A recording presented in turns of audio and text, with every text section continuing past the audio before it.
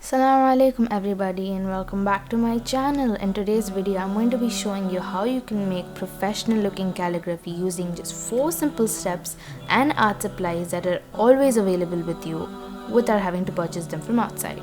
So without further ado, let's jump right in. The first thing that I did was find myself a reference out of the internet, and after that I segmented the picture with a few lines digitally.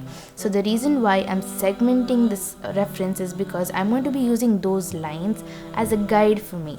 So the first thing that I do is take my sketchbook and copy those lines that I added onto the paper first. So by adding these lines, I can use them as a guide for me to kind of position my letters evenly and plan where I want my letters to be and how I want them to be. So it'll make it easier for me to easily drop down my skeleton onto the paper. So what is a skeleton? This skeleton is going to be the next step of the drawing. So should we call calligraphy a drawing or painting? I always get confused with that. So now the skeleton is basically a single line to indicate the letter. So instead of blocking the letter, we go on with a single line just to indicate where the letter lies. As you can see right here, I forgot to film this section, but if you can see the second half of my painting, that's how a skeleton looks. So the third step to this is blocking. So after you have put your skeleton, the skeleton also helps you to have an idea to see where your calligraphy is going. Like if there's any problem in positioning your letters here and there, if one letter is a little too big or small, in the skeleton stage itself you can correct that mistake. So after you're done with that, you start blocking your letters like you can see me do now. I just go around the skeleton of mine using my reference for help to see how fat or how thin which section of the letter is going to be, and I'm just going to use that and go around my skeleton to block the letters.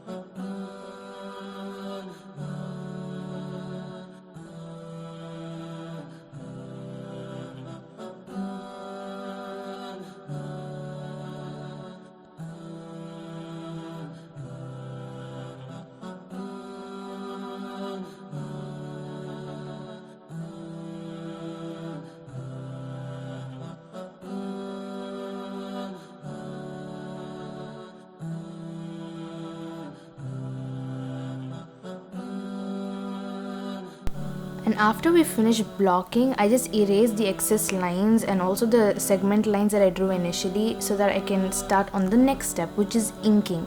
So in this step, you can grab any pen that you want. You can actually directly start doing your calligraphy with your qalam or your paintbrush and ink, but I just kind of, I don't yet trust myself with that, so I kind of go around the entire thing again using a pen this time, like a gel pen or an ink pen, so that you can outline outline it and then fill it in later. So a little tip here is as soon as after you've done the writing with pencil, you should just erase it off a little bit so that you can take the graphite off the paper, or else you will find it difficult to outline the entire calligraphy with a pen. You should also take care that you erase it off enough that it's not too dark that it's seen and it's difficult to write, but it's also dark enough for you to see where you're going, because if you erase it off completely, you lose track of where the letter was, and it might cost you by just a little bit of a slip here and there, and you might get the letter wrong or something. And during this step of inking, I would just zen completely and get into the zone. Don't rush it. The slower and steadier you do it, the easier it will be. Especially I find it really difficult to keep my hands still while doing the alifs, because it's a straight line, and my hand does tend to tremble a little bit, so it's very difficult to get the straight lines on. But if you're if you're doing it in a calm state and you're doing it really slowly, you can get extremely nice results. So after I'm done outlining this entire thing with pen, I'm just going to fill it in, and you can fill it in using your calligraphy pen, or just color it in using your pen that you're using to outline, or you can also use a paintbrush and ink to kind of fill in the lines, your wish. Either way, we are all going to be ending up with the same professional looking calligraphy results. Another thing you can also do is, if you're looking to make a stencil, you can stop by just outlining this and making it into a cutout, so that you can have a permanent copy of that calligraphy piece, so that you can use it whenever you want, especially when you're working on a canvas. So after doing the outline, this is how it looks, and the final result after filling it in is this. So this is how the calligraphy turned out in the end. So I hope you guys really found this video helpful. So please like, share and subscribe to my channel, and do let me know down in the comments if this technique worked out for you guys. So until next time, Assalamualaikum.